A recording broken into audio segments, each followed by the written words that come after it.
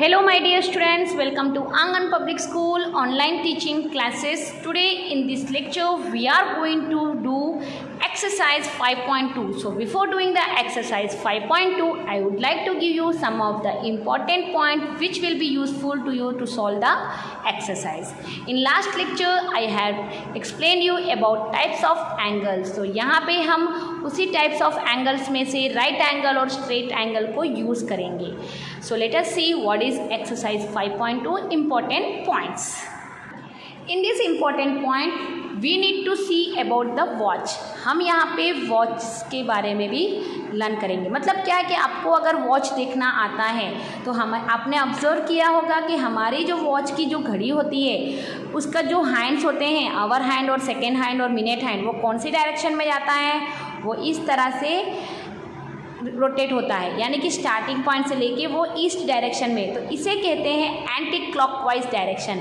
अगर हमारी घड़ी जो इस डायरेक्शन में रोटेट होती है उसे हम कहते हैं क्लॉकवाइज डायरेक्शन, और जो हमारी घड़ी उल्टे डायरेक्शन में जाती है उसे हम कहते हैं एंटी क्लॉकवाइज डायरेक्शन. यानी कि अभी जो हमारे घर में जो घड़ी है, जो वॉच है, जिस डायरेक्शन में वो रोटेट होती है उस डायरेक्शन को हम क्या कहते हैं, क्लॉकवाइज डायरेक्शन में. ओके, तो चलिए, turning clockwise from the north direction to the east direction means turns through a right angle. ये कह रहा है, आपको डायरेक्शंस के नाम तो बताइए, कितने डायरेक्शंस है हमारे पास, 4 direction, east west north south. इस तरह से हमारी राइट हैंड में ईस्ट होता है, लेफ्ट हैंड में वेस्ट, सिर के ऊपर नॉर्थ और लेग्स के पास साउथ. ये है हमारी डायरेक्शन का नोटेशन. अब इस नोटेशन को यूज़ करके, क्लॉक को यूज़ करके हम बताएंगे कि ये रोटेशन इस डायरेक्शन में हमारी अगर वॉच नॉर्थ से लेके ईस्ट तक रोटेट होती है तो कितनी डिग्री फॉर्म करेगी, 90 डिग्री. क्योंकि देखिए, एक आधा, पहले तो आपको ये याद रखना है कि हमारे डायरेक्शन में 4 पार्ट होते हैं, ईच पार्ट में 90 डिग्री होती है. ठीक है, तभी तो हमारा 360 डिग्री आएगा ना. मैंने आपको एक्सप्लेन किया था, कंप्लीट एंगल 360 डिग्री होती है.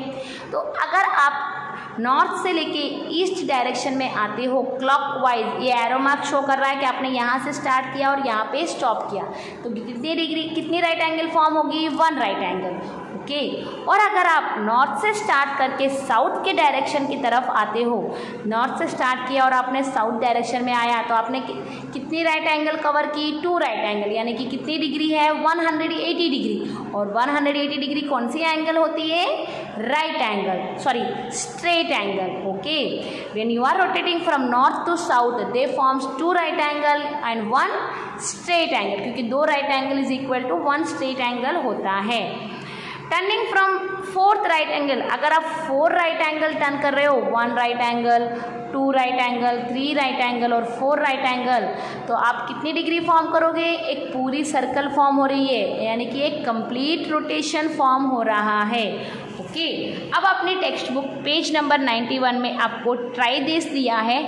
इसे यूज़ करके हम ट्राई दिस के प्रॉब्लम करेंगे जो आपको आपकी नोटबुक में बाद में लिखना है. क्या दिया है देखिए, What is the angle name for half revolution? आधे रेवोल्यूशन का एंगल नेम क्या आएगा.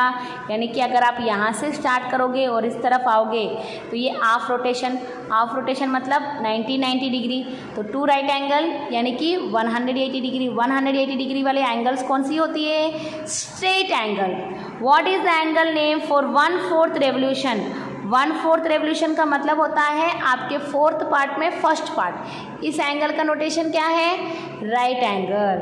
ओके, तो ये 2 क्वेश्चन आपको आपकी नोटबुक में कॉपी करना है. अब हमारी एक्सरसाइज 5.2 देखिए, what it is given, what fraction of A clockwise, ये खुद कह रहा है क्लॉकवाइज. अब आपको क्या देना है, आंसर फ्रैक्शन में देना है.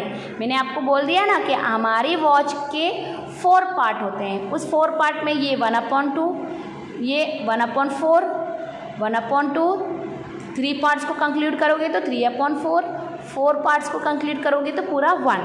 ओके, तो आपको ये बताना है कि अगर आपकी घड़ी 3 o'clock से स्टार्ट करके 9 के ऊपर जाके स्टॉप होती है तो कितना फ्रैक्शन, यानी कि पहले तो आपको ये पता लगाना है कि कितने पार्ट उसने कवर किया है। कि घड़ी में 4 पार्ट होते हैं, उसमें अगर 2 पार्ट कवर करता है तो हाफ होता है, यानी कि 1/2।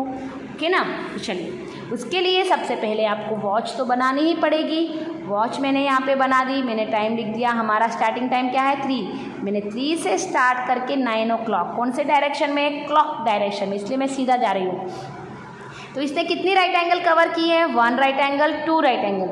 राइट एंगल मतलब एक 2 नंबर के बीच में, यहाँ से लेके यहाँ पे हमारे पास टोटली कितने नंबर्स होंगे, 4 नंबर, तो फॉर्म करता है एक राइट एंगल। ओके, तो यहाँ पे 2 राइट एंगल है, यानी कि 180 डिग्री, यानी कि आपने अपनी घड़ी को हाफ में डिवाइड किया। हाफ को किस तरह से लिखते हैं, 1/2। How you have to write, hour hand of a clock goes from 3 to 9, it makes through half revolution, half यानी कि 1/2। अगर आपकी घड़ी 4 to 7 रेवोल्यूशन करती है, मैंने 4 से स्टार्ट किया 7, देखिए इन दोनों के बीच में एक रेवोल्यूशन ही हो रहा है, ओनली 1 पार्ट कवर कर रहा है, 1 पार्ट कवर कर रहा है, यानी कि 1/4 revolution. Okay, next question number C देखिए, 7 to 10, और वो भी क्लॉकवाइज डायरेक्शन। तो आपने फिर से 7 to 10 किया, यहाँ पे भी ये एक ही पार्ट कवर कर रहा है, इसलिए मैंने फिर से 1/4 रेवोल्यूशन लिखा है। अब क्वेश्चन नंबर ई और एफ आपका होमवर्क है।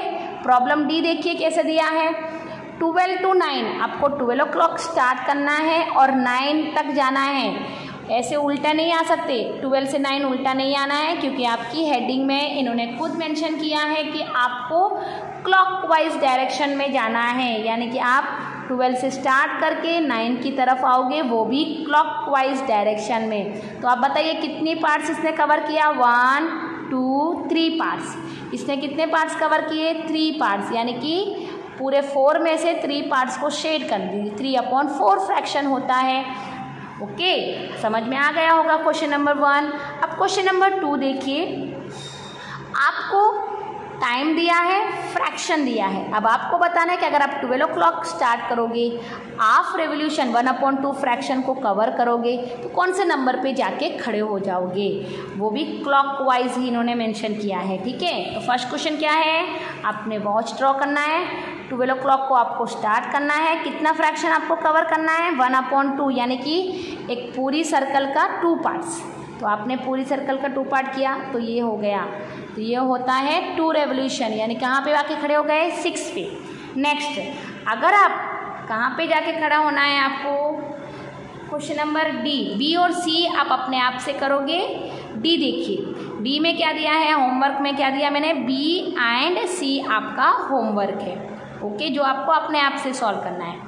अब क्वेश्चन नंबर डी देखिए, क्वेश्चन नंबर डी आपकी टेक्स्ट बुक में दिया है, starts at 5 and make 3/4 revolution of A clockwise direction में। आपको 5 से स्टार्ट करना है, 3 पार्ट्स को कवर करना है, पूरे 4 पार्ट में से 3 पार्ट्स को कवर करना है। तो मैंने 5 से स्टार्ट किया, 5 से लेके 2 तक जाना है, वो भी क्लॉकवाइज डायरेक्शन में, इसलिए ये पीछे की तरफ एरो मार्क आ रहा है। आप डायरेक्टली 5 से 2 तरफ नहीं कर सकते, वो हो जाएगा एंटी क्लॉकवाइज डायरेक्शन। आपने 3 कवर करना है। देखिए 5 से लेके 8 तक 1 पार्ट, 8 से 11 2 पार्ट, 11 से 2 3 पार्ट्स। मैंने कहा था ना 4 नंबर के ऊपर एक राइट एंगल फॉर्म होता है। ठीक है, तो ये कौन से टाइम पे जाके खड़ा हो गया, 2 पे जाके खड़ा हो गया। This is your answer. ना क्वेश्चन नंबर 3 देखिए क्या दिया है। क्वेश्चन नंबर 3 आपको, अब आपको क्या दिया है, डायरेक्शन के बेस आंसर देना है। Which direction will you face if you start, अगर आप ईस्ट से स्टार्ट करते हो, हाफ रेवोल्यूशन कवर करोगे, आधा रेवोल्यूशन कवर कर दोगे, तो कौन से डायरेक्शन पे जाके खड़े हो जाओगे। तो इसके लिए मुझे डायरेक्शन बनाने की ज़रूरत पड़ी, नॉर्थ ईस्ट वेस्ट साउथ, ये आपको लर्न बाय हार्ट होने चाहिए। मैंने कहाँ से स्टार्ट किया, ईस्ट से, और मैं कहाँ गई, वेस्ट की तरफ। क्यों, क्योंकि उन्होंने कहा था कि मुझे हाफ रेवोल्यूशन करना है। हाफ कब होगा, जब आप 2 राइट एंगल को कवर करते हो तब हाफ होगा। तो आप कहाँ आके खड़े हो गए, वेस्ट डायरेक्शन में, इसलिए आपका आंसर वेस्ट है। सेकंड क्वेश्चन में उन्होंने क्या दिया है, अपनी टेक्स्ट बुक में देखिए, ईस्ट एंड मेक 1.5, ये कह रहा है आप ईस्ट से स्टार्ट करोगे, 1/2 यानी कि एक पूरा सर्कल और इसका हाफ 1.5, तो आपने ईस्ट से स्टार्ट किया, आपने फिर से ईस्ट के ऊपर आके खड़े हो गए क्योंकि एक पूरी सर्कल आपको बनानी थी। फिर आपने फिर से ईस्ट के ऊपर स्टार्ट किया और आपने आधी सर्कल कवर कर दी, यानी कि आप कहाँ जाके खड़े हो गए, वेस्ट पे। ओके ना, क्वेश्चन नंबर सी देखिए क्या दिया है, west and make 3/4 direction anti clockwise direction. इन्होंने कहा है कि एंटी, अभी तक देखिए इन क्वेश्चन में इन्होंने क्लॉकवाइज डायरेक्शन में कहा था, यानी कि आपने सीधा रोटेशन किया था, लेकिन इन्होंने एंटी क्लॉक कहा है, यानी कि उल्टा आपको घूमना है। उल्टा कहाँ से घूमोगे, आप कहाँ से स्टार्ट करोगे, वेस्ट, और आपको 3/4 आपने यहाँ से स्टार्ट किया, उल्टा जाना है 3/4, तो आप कहाँ आके खड़े हो गए, नॉर्थ डायरेक्शन में। ओके फिर क्वेश्चन नंबर डी में, south and make a 1 full revolution. आपने साउथ से स्टार्ट किया, आपने 1 फुल रेवोल्यूशन बनाया, वो भी कौन सी डायरेक्शन में, कौन सी डायरेक्शन में आपने 1 फुल रेवोल्यूशन बनाया, क्लॉकवाइज डायरेक्शन में, यानी कि आपने इस तरह से गए और यहाँ आ गए, तो ये कौन सा डायरेक्शन है, क्लॉकवाइज डायरेक्शन। ओके आप यहाँ आके खड़े हो गए, फिर से आपने साउथ पे आके खड़े हो गए, समझ में आया। तो ये थे 3 क्वेश्चंस जो मैंने आज आपको एक्सप्लेन किए, based on the time, based on the fraction, based on the direction. इस तरह से आपको करना है, तो I request you all to practice इसे प्रैक्टिस कीजिए अच्छे से, तभी आप इस सब के आंसर दे पाओगे। पेज नंबर 38 आपके वर्कबुक में क्वेश्चन नंबर 5, 6, 7 आपको करना है।